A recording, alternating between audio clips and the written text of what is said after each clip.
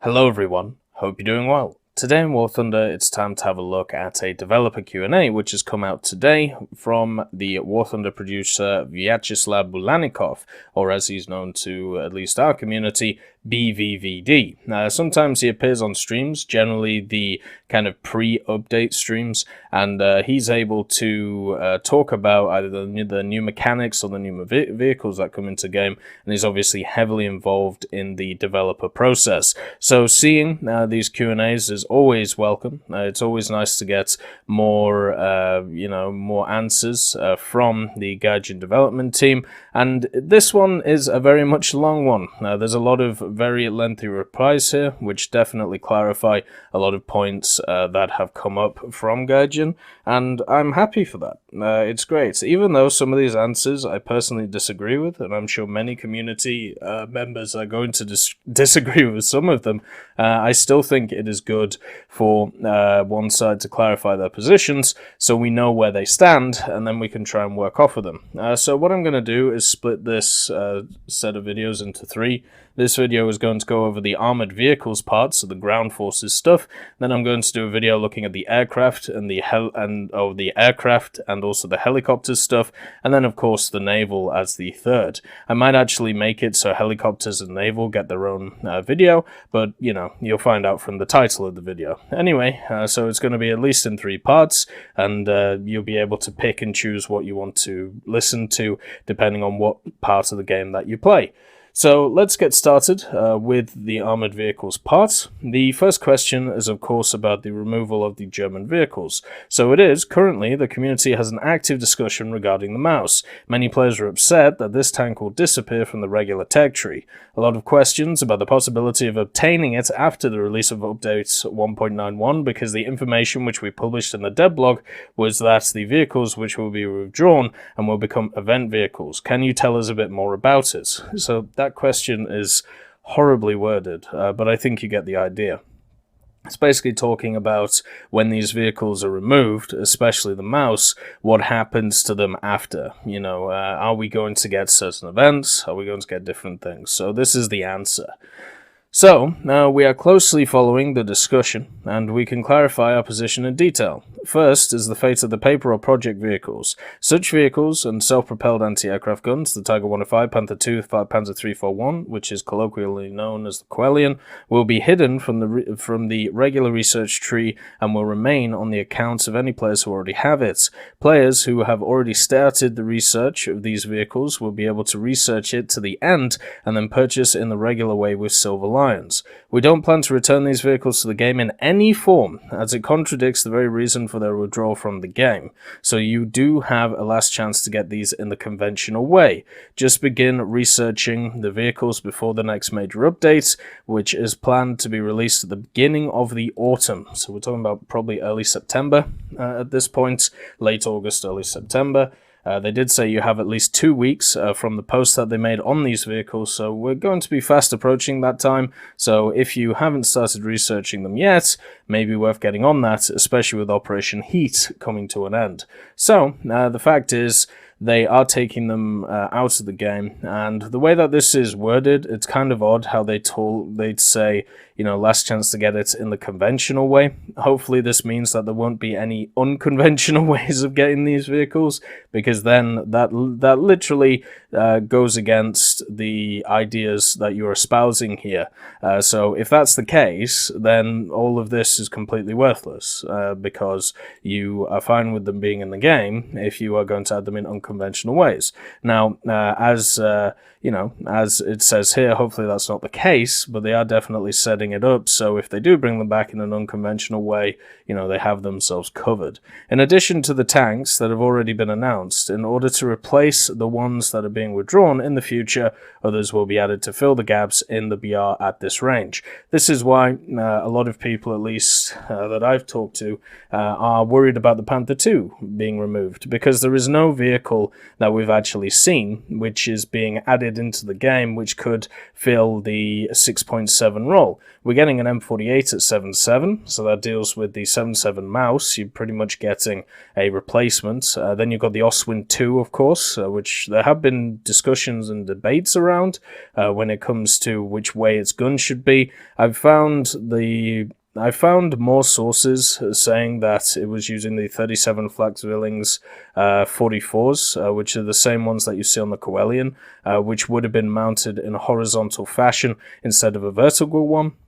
I haven't found a single source which has said that the Oswin 2 would have had vertically mounted 37s, only that one single model picture, because it's based off the 37s, which you find when they are mounted to either, whether mounted to either trucks or just mounted to stationary platforms, they do them in a vertical way just because it is much easier to get to the ammunition, and also it is just much easier for saving space because they were designed to be put on ships. So overall, for me, having them horizontally mounted makes the most sense, but I understand why there are criticisms there. The other thing as well is there's no replacement for the Panther 2. So the argument right now is, the Panther 2 shouldn't be removed from the game because of the fact that there isn't a replacement coming in.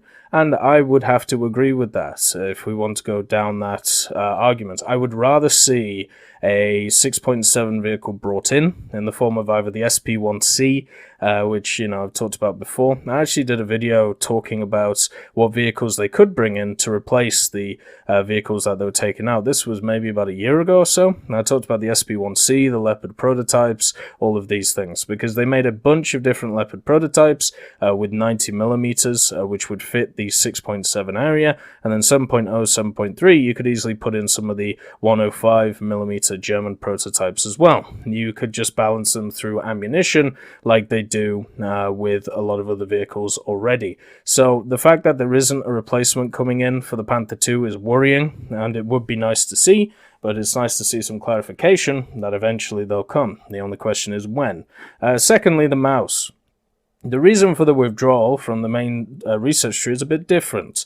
The tank was added to the game as the required top-ranked tank under the conditions where we limited the historical period of the vehicles for the 1950s. In this situation, we considered the introduction of the mouse justified because it made the German ground vehicles research tree competitive. However, with the expansion of the research tree and the addition of post-war main battle tanks, the German research tree received tanks comparable to the top-ranked vehicles from other nations, and perhaps even better in some aspects. On the other hand, the mouse has remained in a borderline condition, and its balancing is complicated by the presence of an almost all-round powerful cannon, proof armoring in terms of protection against caliber armor-piercing shells, and on the other hand, low mobility. Lowering the BR below its current level, as required by its statistics, is quite difficult, as a large number of its new enemies will not be able to penetrate it, while leaving it at the current BR means regular encounters with tanks with high mobility and shells that can penetrate its protection from any distance. The mouse will be hidden and moved from the main research tree to the event and premium vehicle areas, so the number of such vehicles in battles will be reduced, which will probably allow us to balance it in the future more freely. We also plan to open it for research for a limited time in the future under the same conditions as we hid it. This will not happen often, but we do expect it to happen regularly. God. At least once a year. We don't plan for mouse to appear on the War Thunder market, so the tank will remain researchable, but under limited conditions. So before we get through this, because that is just a funny statement, but anyway, I just want to show something that I just remembered. So if you go to the Russian site for War Thunder, and you actually translate the text post for the German vehicles, you can see German tree optimization and the fate of paper technology. Like, it sounds incredibly aggressive compared to the one which is on the British side of things, or the American side of things, which is changes and optimizations in the German tech tree. So I just thought it was a funny, cultural difference there when it came to how they explain stuff. But anyway, so talking about the mouse. So, according to their stats, they should lower it in BR. And you know how we talk a lot about the fact that a lot of War Thunder is balanced around statistics. So, you know, if that was the case and there wasn't a human element involved, it would have just been dropped in BR. Now, I've talked about this in a video over the last week or so, you know, thoughts on BR10 Compression, why this wouldn't work, because you would be kind of creating a false idol in a way. Because if you dropped it in BR to the level of 7.3, it would still face all of the meta 7.7s constantly, just like how 8.3s at the moment pretty much always get up-tiered into 8.7. So it wouldn't solve the issue, and the mouse would just get canned, just like it is at the moment. So you'd have to drop it to like 6.7, and then you're going to get whole teams of the damn thing, because all you have to do is press the W key and use your really slow speed to go capture caps and go shoot things with the crazy gun. So overall, there isn't really a way to balance it, and hopefully I went through that in that video. If you haven't seen it, those are the main points, and hopefully with this clarification, it at least puts my mind at ease. Because there's going to be less around the battlefield, they'll be able to lower it in BR. So you can actually have fun with it instead of the vehicle that it is now, where there is no reason to take it over the Leopard 1 or the M48 that we currently have in game. And if you get in a full down tier with it, I mean, even then, there's going to be a lot of enemies on the opposing team, which is going to be able to deal with it with no issues. So the fact that they are bringing it back once a year is wonderful to hear. Because the LA-174, I believe, has only been brought back maybe twice over a number of years. So seeing them say that it's going to be, you know, it's going to come back once a year is lovely to hear, and means if you miss it, at least there's going to be an opportunity every year for you to get this iconic vehicle. And the fact that it isn't going to appear on the War Thunder market, incredibly positive, because I actually had some conflicting sources about this, which is why I didn't make a definitive statement on the future of the mouse video when it came to the market. I just talked about why the LA-174 is on the market, even though it is also researchable in these, you know, areas that they're setting up for the mouse. And the reason is because I had some people who work in the space of gauging, whether they be volunteers or else, we're talking about how this is going to be exactly like the LA-174, where it will be a vehicle which is researchable every so often, but also it will be a coupon on the market if when they add it to specific boxes, just like the LA-174. And if that was the case, I would have been incredibly annoyed, but I couldn't. I wasn't able to find out if this was completely true because of the fact that I couldn't get it confirmed really by anyone. It just seems like this had been what people had heard. But seeing this in black and white, that they don't plan for it to appear in the War Thunder market, is incredibly positive in my opinion. And it also means if it does appear on the market, I can be doubly as annoyed because they've gone back on their word. So, yeah, whatever it is, it's a win-win for me, because I can understand removing it from the game. I can understand the issues that it has. I would personally rather just, you know, as I've said multiple times, just keep it in the game and let it suffer, if it is suffering right now, because it's still a very iconic vehicle. It's still a historical vehicle. But the fact is, if they're going to take it out, this is the best way to do it. So yeah, at least we have some solace in that fact. The next question is, do you have any plans to plug the significant gap in the Italian ground tech tree between BR 4.3, 4.7 and 6.0? There are quite a few examples of vehicles that could be used here. The answer is yes, we have plans to add some vehicles to this BR range. Well, that's wonderful to see. It would have been nice to see some examples of vehicles either on the question end or the answer end, because for me, I have come up very dry on the vehicles to actually add to that part of the tech tree which aren't copies of pre-existing vehicles. And maybe that's what they want to do, but for me personally, when I looked at the Italian tech tree, when it was announced, the biggest issue I thought they were going to have was in rank 4 and rank 3, because, well, there was the armistice, and they stopped producing vehicles, and even up to that point in World War II, the Italians didn't exactly keep up when it came to the idea of the progression of the tank. You know, we talk about how the Germans went from the Panzer Is, Panzer IIs to the reliable Panzer IIIs and the Panzer IVs, and then the Tiger and the Panther, and this all happened over a period of about 5 years. You know, or sorry, the major development happened over the space of 5 years. Well, with the Italians, that just didn't really happen. You can even look at something like the M1643, I believe it is, which, you know, built in 1943. It's built off the ideas of the A13, for God's sake. The British pre-World War II tank. It weighs 16 tons. It's a prototype, and it's made in 1943 with a little gun on it with a decent amount of speed. But it's completely useless in 1943. So it's just, it's going to be interesting to see what they add to that BR bracket, which isn't just a copy of another vehicle. That's why, for me, parts of the Japanese tree are not very fun to play. I understand the need for vehicles which fill gaps in different tech trees, but for me, I'd rather they just weren't there and have holes in tech trees. It's not fun playing stuff like the 76 Sherman again, and then the Bulldog again, and the Chaffee again. The French Jumbo is another great example. I don't really find it fun to play a Jumbo just in a different tree. It's just, I would rather have just gaps in tech trees than having to fill them, especially now that we have much more of a mixed battle setting in ground forces, where you don't normally have, unless there's a lot of people playing a specific nation, you don't have a lot of single nations versus single nations anymore. It's more set up, at least around the tiers that they're talking about, 4-3 to 6-0, it is much more set up in an Axis versus Allies way. So Italians will be put on the German side, Americans and the British will fight together, and Soviets will generally fight alone.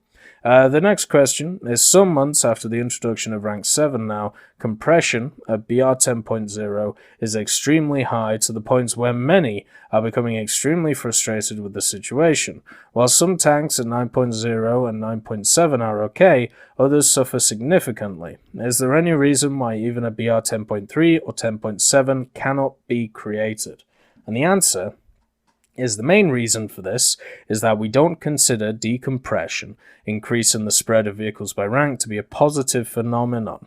One of the main features of the ground vehicles of the 6th and 7th ranks, which allow us to easily implement it was the armor construction, which is pretty similar for all such vehicles. Narrow frontal protection, with vulnerable areas and weakened sides and rear, which can be penetrated even by cannons from the end of the 1940s.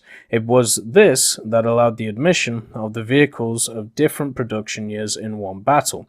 The same feature is improving the conditions for matchmaking at high ranks. Less players will be matched, and the waiting time for the battle will be reduced. A slight expansion of the BRs up to 10.7 would first reduce the number of unique vehicles in battles at the top ranks by ×2. Make the battles less diverse and create a situation in which the value of the armor would be minimized, because basically there would be vehicles with shells that will cope even with the opponent's frontal armor. At the same time, for tanks that are 1 to 2 generations post-war, nothing will change because it isn't possible to significantly expand the BR range due to limitations on the game session matchmaking time, and pre-top vehicles like the Leopard 2A4 or the T64 would still have no problems defeating tanks from previous generations. We would like to remind you once again, BR isn't a characteristics by which you can compare the effectiveness of the vehicle, because ground vehicles and aircraft with the same BR aren't necessarily equal to each other, but it simply means that they can meet each other in the same battle and will have a chance to win. In general, the current BR ranges are suitable for effective balancing, and addition of the new stages can only occur in an emergency, which of course means we don't rule out such a situation occurring. Now for me, if I look at the majority of the game, You know, if I look from 1 OBR or reserve tier to around about 8.7, I don't see too many issues. Now, yes, 8.7 is definitely a bunch of issues, but everything between there is completely fine. And with the addition of quantitative matchmaking that has been added in, so only 25% of a team can be top tier at any given time, this is an incredible positive at every BR and has been one of the biggest changes to matchmaking that we've had in a long time. That's had a massively positive effect. Now, when it comes to 9.0 to 10.0, I personally believe that the top tier vehicles, the M1A1, the ADATs, the 2A5, the T80U, the Tunguska, all should go up to 10.3. I think this will be a positive change, not because of the fact that there are 9.0s getting dragged up into 10.0, but because of the fact that they are flat out better than the other vehicles that are at that BR. The M1 Abrams, the IP M1, and the M1A1 at this moment in time are at the same BR in the game. They are fundamentally different vehicles to play. One is better than the other two, and one of them is better than the other one. Therefore meaning, why are they at the same BR? It logically makes absolutely no sense, and it means that people are going to gravitate to using the M1A1 over the others, because it's just a better vehicle at that BR.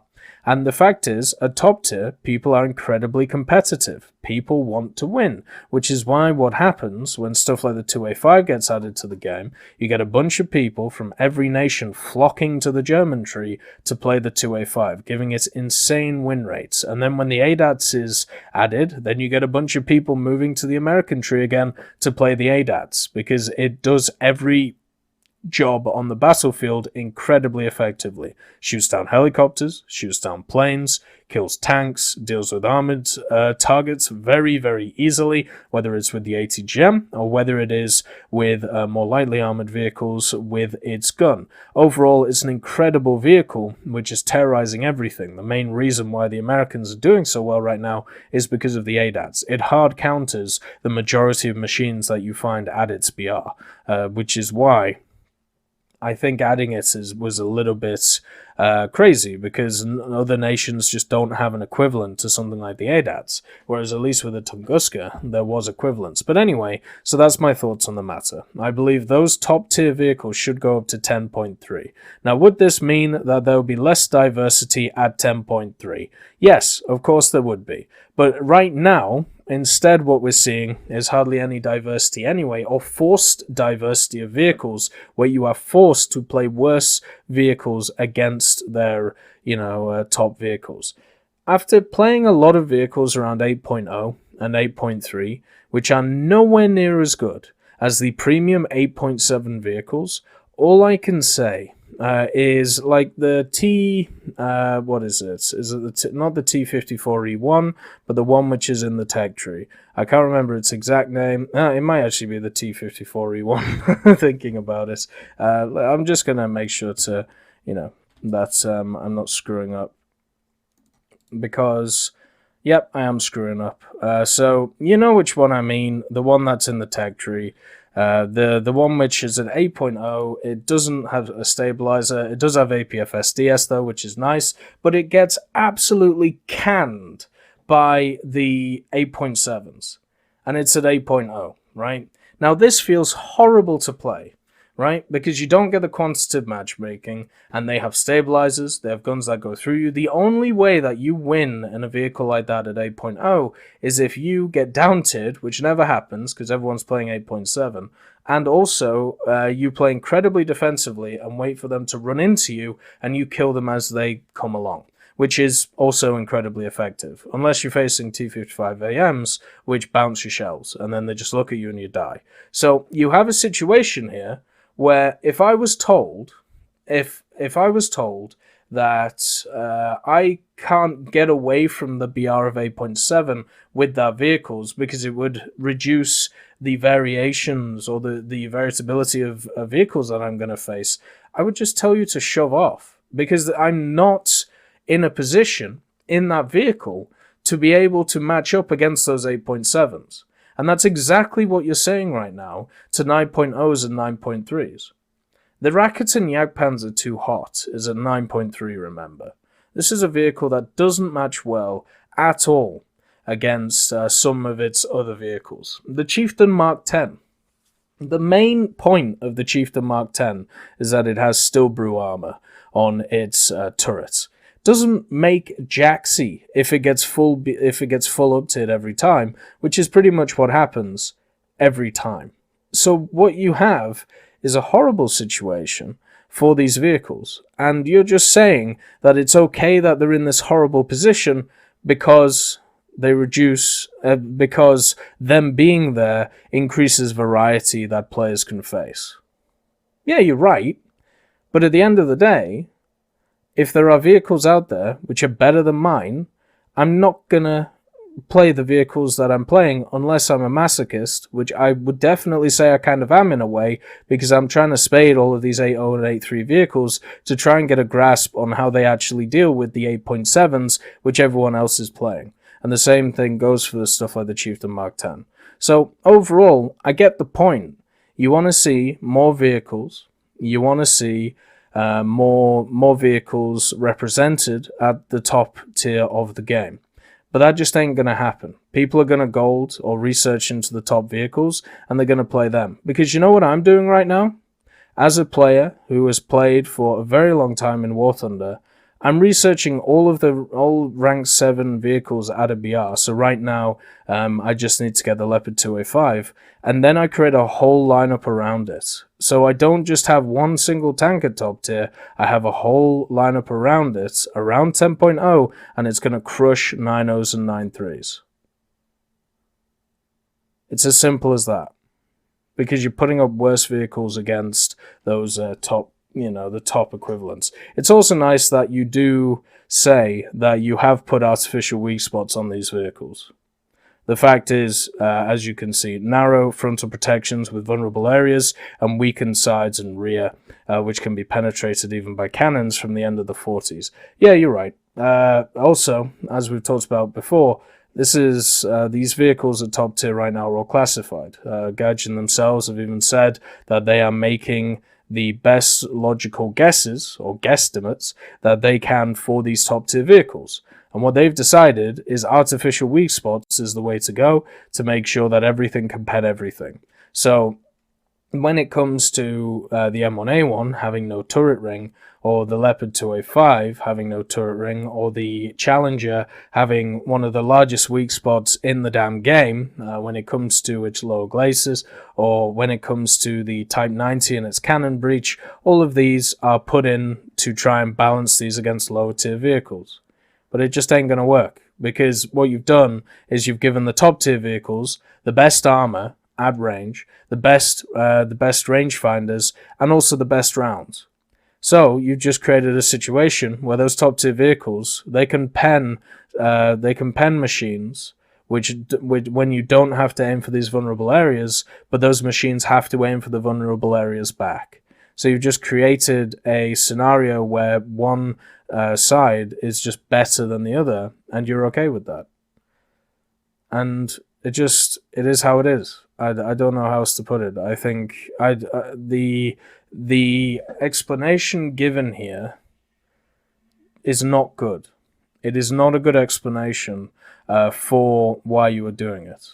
Like, if you want to pull out the queue times thing, which is brought out here twice, okay, fair enough. But please don't say you're doing it to try and increase the amount of different vehicles at that BR. If you wanted to do that, you would add multiple different types of vehicles, like you have been doing, the ADATs, the helicopters, the Type 16, all of these things. And then when nobody plays stuff like the Type 16, and you wonder why, or the Centaur or more is another example, then you can go back to the drawing board and finally work out that people want to win, and people don't want to play vehicles which they lose in. Okay? And it's just, it's infuriating when it comes to top tier. As I said, every other tier, it's not too bad. But at top tier, you need to raise the premium 8.7s to 9.0, and you need to raise the top BR vehicles or not the top BR vehicles, but stuff which is very obviously at a BR that is better than its counterparts, such as the 2A4 and the 2A5. Then you've got the M1A1, M1, and IPM1. You got to raise those top vehicles, because right now it makes no sense, absolutely no sense. And would you put those vehicles on a pedestal? Yes, but you decided to put them on a pedestal when you added them to the game. And therefore, if you're not willing to continue that line of logic, if you're not willing to start finally believing that, you know, these vehicles should be at, you know, these vehicles should be at the same BR like you stated here, then there's a ton of examples in the game where I can use the same damn logic as well. Right? Why is the 76 Jumbo higher than the 75 Jumbo? What do you mean it's better? It doesn't matter. You need to put it at the same BR as the 75 Jumbo, because it will increase the amount of vehicles that it faces. And it'll increase diversity around the vehicle. What do you mean it's better? It doesn't matter. We have this issue, you know, it's called decompression. So that just means that we should put all these vehicles at the same BR, because it just means that there'll be more different vehicles fighting each other and it'll be more fun. No, it won't be. It won't be fun when everyone's bringing out a 76 Jumbo, which is exactly the situation you have now. So it either gets addressed by putting up specific vehicles, or what happens is you'll just have the same issue as you would have anyway when it comes to the 10.3 idea. You'll just get everyone playing the top tier, and no one will be able to grind into it because they're just going to get canned by the people at 10.0. And that's the problem we've had for 2 years now in War Thunder. The question, the next one, is have there been any tests or experiments with the ground forces enduring confrontation mode? Lots of players would like to see larger maps, and a battle like Kursk, for example, would provide significant space to expand and operate a truly large-scale ground war. The answer is we are currently working on naval game modes, some of which include those similar to Enduring Confrontation, because we believe that such game modes are more suitable for combined naval aircraft battles. Perhaps in the future we will try something similar to this for ground vehicles. I agree with that. I think the naval game modes that we have in game right now, they are pretty fun at the PT boat and the battle boat area, but if they're really trying to push this larger ship idea, trying to cater to the big ship community, the fact is you're going to need much larger maps. We saw a test on Boulogne-sur-Mer, which was actually kind of fun. The problem is, though, they decided to add PT boats to the mix, and the issue with doing that is always going to be those PT boats are incredibly aggressive at capturing points, and once they capture the points, well, there's not a lot you can do as a large ship, because if you get anywhere near the points, you're going to get dunked on by a ship which is miles away. So overall, I like the fact that they are putting in resources into an enduring confrontation mode for naval. I think it's the mode that fits it the most, and I will be happy to see what they're doing with it. I think the ground forces in general are in a pretty good place when it comes to the amount of different types of maps that we have. I would like to see a little bit more variation in maps, and I would also like to see the break game mode. I would like to see the break game mode reworked when it comes to the respawns, making, you just make the respawns, instead of following the capture points, you just keep them where they start off with, like the foundational respawn points. And at the same time, what I would also like to see with Break is it be expanded to other maps, because I think it's really cool. And also a reduction in the conquest maps that you find, because ground forces, in my opinion, is not really designed to fight around a single point. And when you force people to do that, first of all, what you do is you force the majority of each side into a small narrow fighting points, which means that you get people who flank around the whole map just to sit and look at respawns. And also, what it also means is there are a bunch of different vehicles that are just completely useless on those forms of maps, because you can't really use your speed to do anything apart from flank and go and spawn camp. So overall, I would like to see a reduction in conquest and an increase in break gameplay. The next question is, does the game have complete shell destruction mechanics? As it is known, the APCR APDS shells crumbling into pieces when hitting the target and piercing it and hitting various elements and modules. In our game, APCRs are not destructing and don't lose speed that contributes to the penetration from front to rear, whilst at the same time still destroying 1 to 2 tanks if they were in the trajectory of the shell. The answer is yes, there is. APCR and APDS shells will be destroyed by impact with a certain thickness and at a certain impact speed so that even thin-walled screens can become insurmountable for such shells. For caliber AP shells and APDSFS, that's a roughie, the reduction of armor penetration and damage is already working for each past obstacle. However, for now in the game, the internal modules like breach, engine, transmission will be emulated quite simply. Actually, there are 2 parameters: the thickness of the covering to deal damage to the module itself and the size of the module, which is equal to the thickness protecting from penetration. We plan to improve these mechanics. We want to use the mechanics of volumetric armor also for internal modules, so that their equivalent size will depend on the trajectory of the shell. This solution will reduce the number of punch through holes of the entire tank in some situations and shift this point at which secondary fragments fly out to the exit points, which will also make the model more realistic. For example, if the shell now has enough energy to penetrate through the breach, the secondary fragment will form from the point of impact, so the shrapnel cone will cover almost the entire crew compartment. But in the new system, the secondary fragments will be on the other side of the breach ring of the gun, and all of them will hit the rear wall of the turret, leaving the crew unharmed. Nice! That's pretty cool. So the fact is that whenever I've talked to anybody about the APCR and APDS systems and also the damage mechanics of the game, one thing that was brought up by a Gaijin employee and also has been, kind of shown in the game, is that Gaijin have been implementing some form of new armor system for an incredibly long time. You can see it in the top-tier Soviet tanks if you go to protection analysis, and it's basically the idea of volumetric armor, where instead of the armor on machines being set up in just slabs put together, it's more of a progression style of thing. So go to the TATU right now and go into its protection analysis and you'll understand what I'm saying, where it's more of a smooth surface. So at different points you have much more defined pieces of armor, whereas if you go to a machine such as the Challenger, it just isn't the case that that is a thing. So if they start adding that to more vehicles, or if they add it into a massive, different, if they add it to every vehicle in the game, or if they add it in a massive update, I think that'll have much more repercussions for destruction mechanics than anything else. So once that's figured out, then I would love to see these APCI PDS shell changes they're talking about, just so they do more damage, because at least for now, there is no reason to use APCR. There is a reason to use APDS.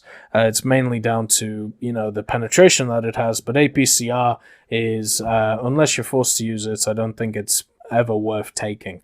The APDS is still annoying sometimes, though, when you penetrate vehicles and you only orange crew members. That would be nice if something was done about that, but at least right now it's not in a horrible position. I'm much more interested in this volumetric armor idea. The next question is, you are constantly adding modern vehicles to the game, but the gameplay is not very different from the vehicles of the late 40s. Is it planned to implement modern tank mechanics like thermal imaging or a system of laser designation, etc.? What is this question? This is an awful question. It's just false. Anyway, so the answer, first of all, I always like it when they start off with first of all, we cannot fully agree with this statement. The gameplay difference is noticeable. Battles at high speeds and at distant ranges, shooting on the move, the feature of protection of modern main battle tanks, helicopters, ATGMs, and SAMs. Also, we shouldn't forget the smokescreen systems, which are actually part of a dynamic protection system. So the game has already quite a lot of mechanics of modern tanks, but we additionally do plan to add more new equipment. Watch out for our official news, announcements, and dev blogs. Yeah, laser designation already exists. yes, it exists in the form of helicopters and also laser rangefinding. You also have stabilization. That makes it different to the majority of late 40s vehicles. You also have different engines. You also have, as I talked about, all of the different protection systems. You have ATGMs. You have a ton of things. This is an awful question. I have no idea why this was picked, because it's just fundamentally wrong when we look at the game. The next question is it possible to add more armored vehicles and armored trucks to the higher ranks, like Humvees, buggies, UAZs, Toyotas, etc., which historically carried weapons capable of hitting armored vehicles? The answer is yes. We already have some vehicles of this type in development. Oh, the Toyota Hilux is coming, boys. just stick an anti-tank rifle on it. Let's go. I'm ready. I'm ready for it. I'm ready for the Toyota tech tree, as many people have joked about. That would be so fun. But anyway, seeing Humvees and stuff would be nice. There is many of them which have very impressive weapons on them. But I think we're going to see more stuff. You know the Sturm, how they added the Sturm S. There is a lot of other stuff that they actually did on that chassis, and there's also stuff like BRDMs, which we haven't had a lot of talk of, or the BMDs are another one for Soviet vehicles. You also have stuff which is a little lighter, such as the Scimitar and things like that for the British. So I'd be incredibly surprised if we don't see them, incredibly soon. Stuff like Humvees would be cool, though. They are incredibly iconic, especially in the modern world, so seeing them, very, very happy. The next question is, why did you refuse to develop additional tank armor, sandbags, tracks, etc.? This is an excellent customization, historical aspect, and additional protection. Is the development of such features ever planned, in the form of a modification which gives additional protection, for example? The answer is we never refused. We regularly add the vehicles into the game where you can install additional protection, and there will be more. This question is, it annoys me. So, this question gives a get-out-of-jail-free card to Gaijin, right? Because the fact is, if we talk about just additional tank armor, yes, you have additional protection in the game. It's in the form of tracks normally, and what you do is you put on the modification. It adds a little bit of weight, but it adds a lot of protection to certain vehicles. The Panzer IV F2 is a great example of this. But my God, the question should have been phrased so much better. It should have been talked about, could we have our own personal additional tank armor? Like, could I put sandbags on my vehicle which would affect, the overall armor of my vehicle? Is there going to be more of an expansion into the personalization of these things? But no, instead, you get a get out of jail free card. That question is the one that I hope eventually gets answered. Will they actually add sandbags? Because we don't have sandbags in the game. The only additional armor we have is in the form of tracks and stuff. And will we be able to personalize it? That is the two things that need to be answered, which I'm sure the question was hinting at, but never got to. So hopefully that's fixed. Hopefully eventually that's answered in a different Q&A. So overall, it is really nice to see Gaijin's perspective on things. I do disagree with them quite heavily with this stuff. If they were talking about other BRs, I would be on their side. But at 10.0 right now, it is very hard to agree with the fact that it is good that you have multiple vehicles at 10.0 with vastly different performances. The other thing as well, when it comes to this, I am very interested in the armored vehicles, and I think the statement to take away from this, which I still can't get over, is this one. This will not happen often, but we do expect it to happen regularly. I love that. Anyway, I hope you have enjoyed this video. The next one will be looking at the aviation part of the game. And yeah, I'll see you then.